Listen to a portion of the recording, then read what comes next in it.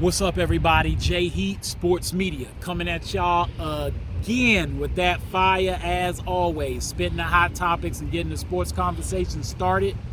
Y'all know what I usually talk about: football, basketball, and boxing. I want to get into a little bit of a couple of the sports, basketball and boxing.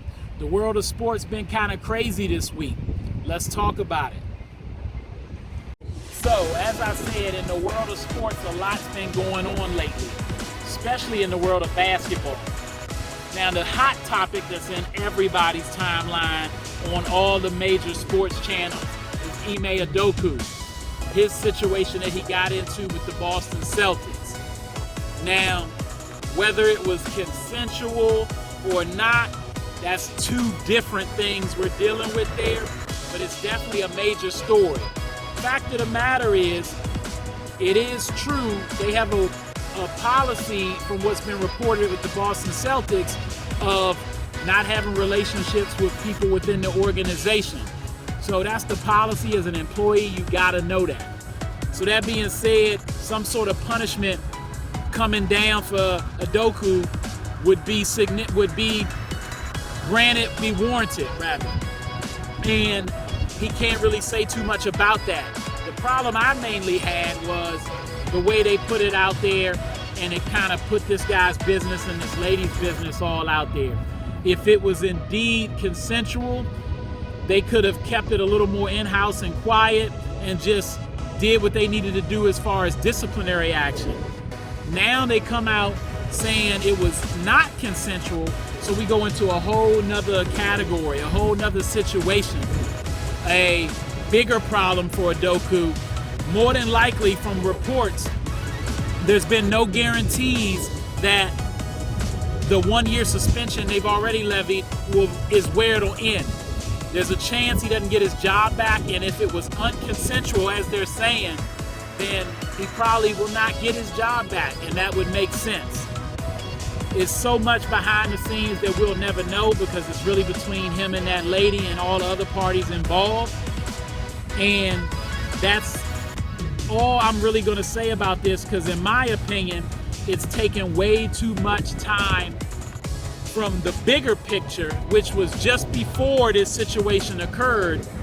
You got to remember Robert Sarver, the owner for the Phoenix Suns and the Mercury in the WNBA, he was being accused of some misogynistic behavior and some racist behavior over the course of his tenure while he's been with the Phoenix Suns.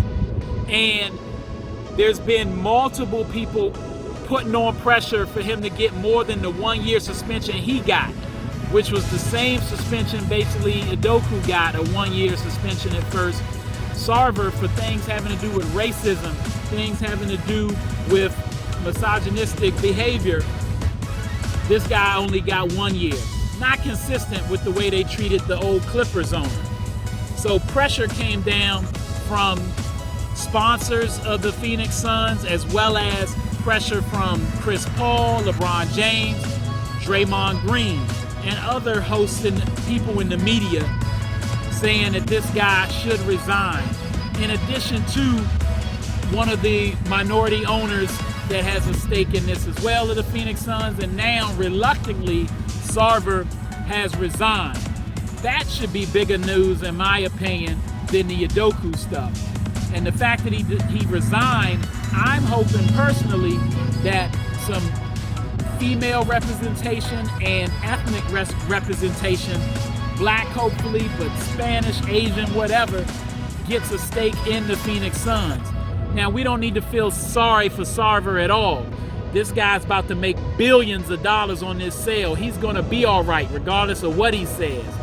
But if somebody else can benefit from this situation and get ownership, like a Magic Johnson or someone within LeBron James's camp, not directly LeBron James, because I don't think he can own a team while playing, but maybe his group can get a say or get a claim in that organization, or someone else of African American descent, or like I said, ethnic descent, to bring some more diversity, of female per se, to bring some diversity to the NBA, a league that has been trying to do better on that front. So that was the major thing that happened this week to me. And then a side note in boxing, this isn't such a bad thing, but it is to some people. If you don't know, Shakur Stevenson, he missed weight at 135, fighting tonight. This wasn't a highly publicized fight, mainly because he's not really fighting nobody he's expected to win. But by missing weight, he had to either have an opportunity to lose that weight, which was about 1.5 pounds, and he had an hour or so to lose it, or give up his belts. He chose to give up both his belts.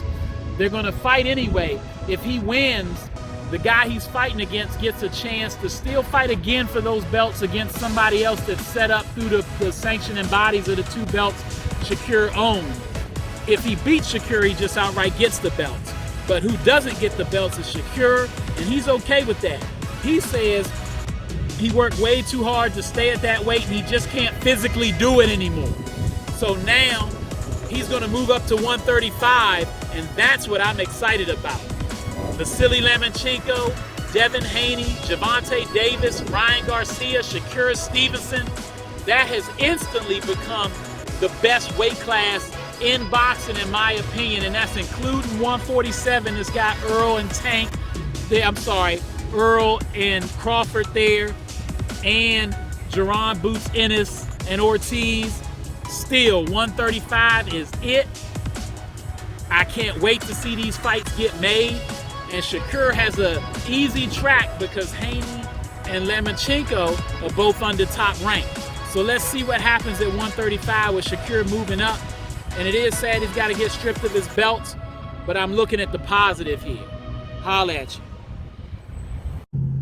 All right, everybody, that's all the time I got.